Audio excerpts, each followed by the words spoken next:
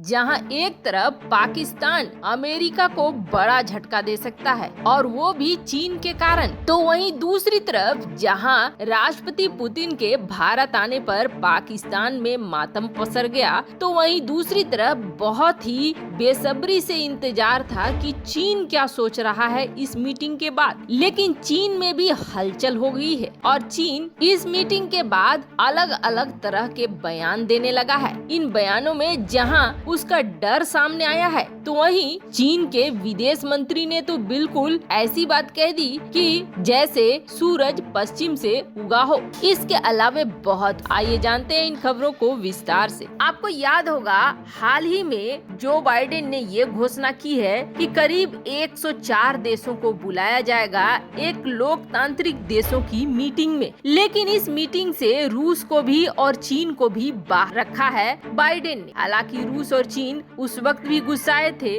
जिस वक्त बाइडेन ने ये लिस्ट जारी की थी। चीन ने तो आधिकारिक तौर पर बयान भी दे दिया था और चीन ने ये कहा था कि लोकतंत्र की परिभाषा देना बाइडेन का या अमेरिका के लिए एक अलग नियम है। हम भी तो लोकतंत्र है। वैसे आपको सुनकर हंसी आएगी कि चीन कहाँ से लोकतंत्र है। चीन में आम लोगों को वोटिंग करने का तो कोई अधिकार है नहीं, तो वो अपने आप को लोकतंत्र कैसे कहते हैं? तो आपको बता दें, उनका कहना है कि हमारे जो 1000-2000 सीसीपी के कार्यकर्ता हैं और वही आपस में जो वोटिंग करते हैं, तो वो भी तो लोकतंत्र ही हुआ। तरीका भले अलग हो गया, हम 1000-2000 लोगों की वोटिंग पर चुनते हैं कि हमारा राष्ट्रपति कौन होगा। खैर, ये कहीं से भी लोकतंत्र की परिभाषा तो नहीं हुई, क्योंकि जिस तरीके से आम लोगों को कोई अधिकार नहीं मिलता है, आम लोगों के ऊपर कानून थोपा जाता है। और बात करें स्वतंत्रता की, तो बोलने की आजादी तो बिल्कुल भी नहीं है। आपने कभी कुछ बोला तो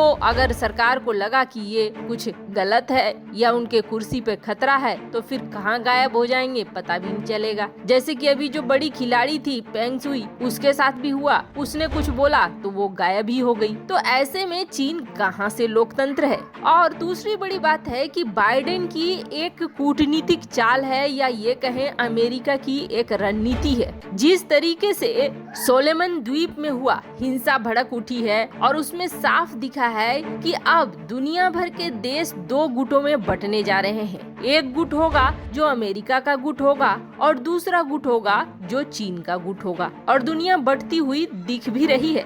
ऐसे में अमेरिका ये चाहता है कि लोकतांत्रिक देश उसके तरफ हो और जो नहीं चाहते हैं वो चीन की तरफ जाएंगे। तो अमेरिका को भी पता चल जाएगा कि अमेरिका के तरफ कौन कौन से देश हैं और अमेरिका के खिलाफ कौन कौन से देश हैं। पाकिस्तान को इसलिए अमेरिका ने इस लिस्ट में रखा हुआ है क्योंकि पाकिस्तान अभी भी एक महत्वपूर्ण कड़ी है। पर अब पाकिस्तान के लिए दुविधा वाली बात हो गई है। पाकिस्तान ये सोच रहा है कि चीन इसका बहुत ज्यादा विरोध कर रहा है। ऐसे में अगर पाकिस्तान इस मीटिंग में शामिल होता है तो कहीं चीन की नजर में बहुत ज्यादा खराब न हो जाए, और चीन की नजर में अगर खराब हो जाता है तो इतना ज्यादा कर्ज है और अब तो पूरी की पूरी निर्भरता हो गई है चीन के ऊपर। वहीं अमेरिका को देखें तो अमेरिका तो धीरे धीरे साथ छोड़ता जा रहा है। अमेरिका और भी ज्यादा मुश्किलें खड़ी करता जा रहा है। पर कहीं न कहीं पाकिस्तान को डर भी है। पाकिस्तान को ये डर है कि अगर वो नहीं जाता है इस मीटिंग में तो अमेरिका इसकी कसर तो जरूर निकालेगा। एक तरफ IMF जिससे लोन मांग मांग कर पाकिस्तान थक गया है और आरोप यही लगते हैं कि अमेरिका ने ही IMF के फंड को रोक रखा है पाकिस्तान को देने से, तो फिर अमेरिका और भी ज्यादा आक्रामक हो जाएगा पाकिस्तान के ऊपर। लेकिन इन सब के बीच में अब पाकिस्तान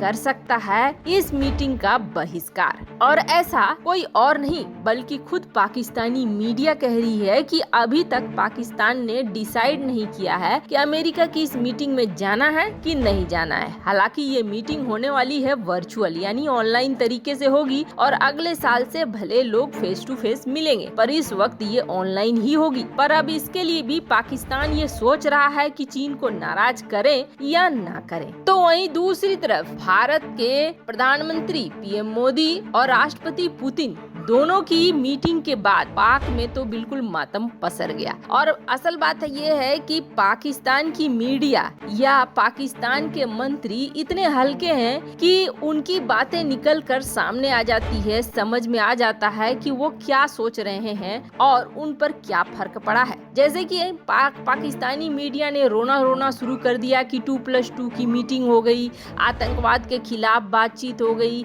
और असॉल्ट राइफल के लिए सबसे बड़ी डील हो गई। अब उन्हें असॉल्ट राइफल से डर लग रहा है। ये बात पाकिस्तानी मीडिया से तो बिल्कुल समझ में आ गया कि यहाँ पर असॉल्ट राइफल ने तहलका मचा दिया है, आने से पहले ही, भारतीय सैनिकों के हाथ में लगने से पहले ही। तो वहीं दूसरी तरफ चीन को लेकर भी अब ये बना हुआ था कि आखिर भारत और रूस के इस मीटिंग के बाद चीन का गोबर टाइम्स क्या कहता है, क्योंकि पिछली बार जब ये मीटिंग नहीं हो पाई थी तब गोबर टाइम्स ने या फिर ये कहें चीन ने बहुत ज्यादा माहौल बनाने की कोशिश की थी और ये कहा था कि भारत और रूस के रिश्ते में दरार आ गई है वगैरह वगैरह। पर अब अंतर्राष्ट्रीय स्तर पर जहां इस मीटिंग पर नजर थी तो वहीं चीन की भी नजर थी और जहां पाकिस्तान को डर लग रहा है AK-203 से, तो वहीं चीन को डर लग रहा है भारत के S-400 से।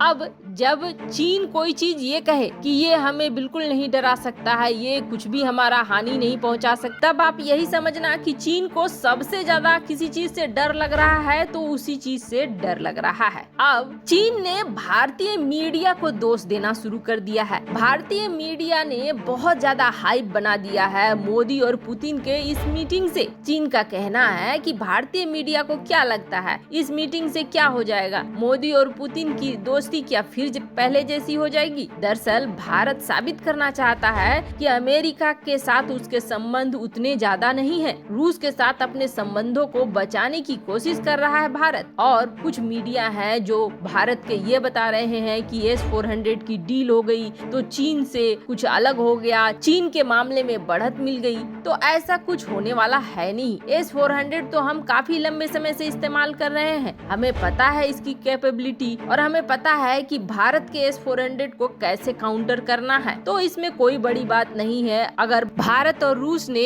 S-400 की डील कर ली है तो हम तो पहले से ही इस बात को जानते हैं। ये सारी भड़ास निकालने की कोशिश की है चीन ने, लेकिन आपको बता दें चीन का डर भी निकल कर सामने आया है। दरअसल S-400 से भारत ने अपनी सीमा को सुरक्षित किया है, ये बात भी सही है। जहां एक तरफ पाकिस्तान की तरफ अगर इसे लगा दे तो पाकिस्तानी वायुसेना बेबस हो जाएगी। मतलब जो दो फ्रंट का वार खेलना चाहता है चीन, उसमें उसे हानि ही होगी, लाभ नहीं होगा। एक फ्रंट तो कभी शुरू ही नहीं हो पाएगा। तो वहीं दूसरी तरफ चीन का दूसरा डर भी दिखा। चीन का ये डर दिखा कि चीन को ये दिख रहा है कि भारत और रूस के संबंध वापस से सही हो रहे हैं। जो थोड़ी बहुत दरारें चीन ने डालने की कोशिश की थी उसका कोई फायदा होता हुआ दिख नहीं रहा है। यही वजह है कि चीन की बौखलाहट निकल कर सामने आई। अगर चीन बौखलाता नहीं तो सीधा कहता ये एक एनुअल मीटिंग है और मीटिंग हुई, दोनों देश अपने अपने इंटरेस्ट के लिए काम कर रहे हैं, इसमें कोई बड़ी बात नहीं है।